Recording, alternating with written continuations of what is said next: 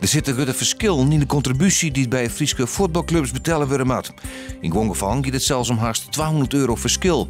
Ze betalen het de jeugd van Stormvogels in Arem €30, wiels de leeftijdsgenoten van Drachtster Boys €208 in het jaar kwijt binnen. De uitstoot van dioxine uit de rek in Haas wie in oktober in diervissen te heeg. Onderzoek van de Friese Uitvoeringsdienst Milieu en Omjouwing bevestigt dat de meetings dogen. De gemeente Haas, de provincie, de FUMO en de begeleidingsgroepen praten over de resultaten en ook de mogelijke oorzaken van de hege uitstoot. Waar zit er een bijeenkomst voor inwoners van Haas?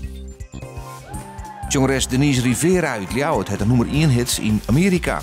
A World Without You staat op het hoogste plak in de Official USA Broadcasting Radio Top 40.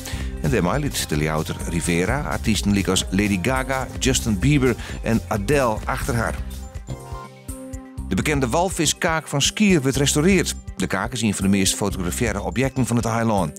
Dit is de onderkaak van een blauwe vinvis die in 1950 in de zuidelijke Ierzee sketten is. Een proteïnwenners van Skier die in ons jaar weer de jaren 60 werk in de walvis veert.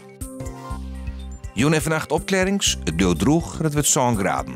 Morgen is nog zinnen, dan neemt de bewolking daar en in de rin van de middag de eerste rein. De zuidwestenwind helpt aan, want hut of krachtig, de temperatuur komt morgen op 10 graden.